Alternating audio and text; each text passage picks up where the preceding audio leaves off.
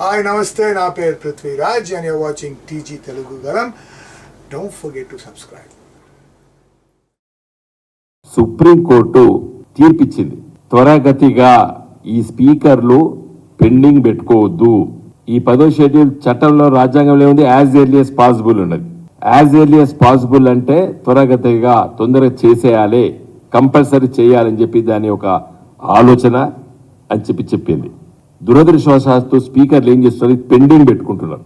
నేను నా రిక్వెస్ట్ ఈ రోజు ఈ ప్రెస్ మీట్ ద్వారా కోరేది ఏంటంటే, మరి గౌరవ తెలంగాణ రాష్ట్ర శాసనసభ స్పీకర్ ప్రసాద్ గారు యాజ్ ఎర్లీ యాజ్ పాసిబుల్ అంటే మీరు 24 గంటల్లో డిస్పోజ్ చేయొచ్చు. నా రిక్వెస్ట్ ఏంటంటే, మీరు ఒక శాసనసభ స్పీకర్గా ఉన్నారు కాబట్టి మీరు వెంటనే డిస్పోజ్ చేయాలి. ఇంకా సుప్రీంకోర్టు తీర్పు ఏం చెప్పింది, మీరు వారం రోజులు చేసినా నెల రోజులు పెండింగ్ పెట్టుకున్నా ఈ రోజు నుండే డిస్క్వాలిఫై అయినట్టే అని చెప్పేసింది. ఇలా దానం నాగేందర్ గారు నిన్న కండవా కప్పుకున్నారు కాబట్టి నిన్నటి నుండే ఆయన డిస్క్వాలిఫై చట్ట ప్రకారంగా. ఆయనకు జీతభత్యాలు ఇవన్నీ ఏం రావు. డీమ్ ఆయన స్పీకర్ గారు వారం రోజులకు చేస్తారా, 10 రోజులకు చేస్తారా, 20 రోజులకు చేస్తారా, లేదా 24 గంటల్లో చేస్తారా అనే డిస్క్రిషన్ పవర్. ఎందుకంటే ఇప్పుడు సుప్రీంకోర్టు ఫుల్ బెంచ్ లో ఉంది. ఎన్ని రోజులు అనేది ఆ 10th షెడ్యూల్ స్పెసిఫిక్గా లేదు కాబట్టి ఇవి చేస్తున్నారు. కాబట్టి నా రిక్వెస్ట్ ఏంటంటే, స్పీకర్ గారు యాజ్ ఎర్లీ యాజ్ పాసిబుల్ అనేది రాజ్యాంగంలో ఉంది. సుప్రీంకోర్టు, హర్యానా కోర్టులు చాలా 1 monthలో చేయమని చెప్పింది. ఒక జడ్జిమెంట్ లోపల సుప్రీంకోర్టు అయితే పెండింగ్ పెట్టుకోవద్దని చెప్పింది. సరే, స్పెసిఫిక్ గా పీరియడ్ లేదు కాబట్టి ఇలా ఫుల్ బెంచ్ ముందు సుప్రీంకోర్టులో ఉంది. ఏదేమైనప్పుడు కూడా దీన్ని తొందరగా డిస్పోజ్ చేయాలని చెప్పి నేను కోరుతున్నాను స్పీకర్ గారిని. ఇదే సందర్భంలో ఏముంచుకొచ్చిందండి వీళ్ళకి, పోయి ఏం చేస్తారు, అక్కడ ఒక ప్రభుత్వం ఉన్నది, ఆ ప్రభుత్వాన్ని కూర్చము, మాకు అవసరమే లేదని చెప్పి స్పష్టంగా మేము చెప్పినాం. వాళ్ళే ఊహించుకుంటారు, వాళ్ళే ఊహించుకుంటారు. ఈ ప్రభుత్వం ఎవరన్నారు కూర్చోమని ఎవరని లేదు, మీరే మాట్లాడుకుంటారు.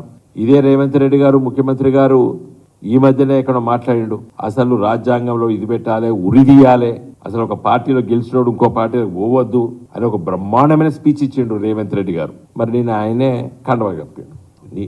మన ముఖ్యమంత్రి అయిన తర్వాత ఇచ్చాడు, అసలు ఉరి తీయాలి, రాజ్యాంగంలో అట్లా పెట్టాలి, అసలు పార్టీ డిస్క్వాలిఫై ఇమ్మీడియట్ చేయాలి, పార్టీలు ఎట్లా మారుతారు అని చాలా విషయాలు చెప్పారు. వారు అనుకున్నారు వాళ్ళ పార్టీ వాళ్ళు మారుతారు కాబట్టి ఆయన స్పీచ్ ఇచ్చిండు. వేరే పార్టీల నుంచి ఇప్పుడు లాక్కుంటాడు.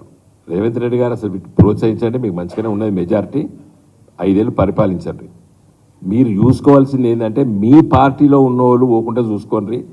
కాబట్టి నేను అనేది ఏంటంటే, ఎట్లా పోతారండి వీళ్ళు టీఆర్ఎస్ గెలిచిన వాళ్ళు.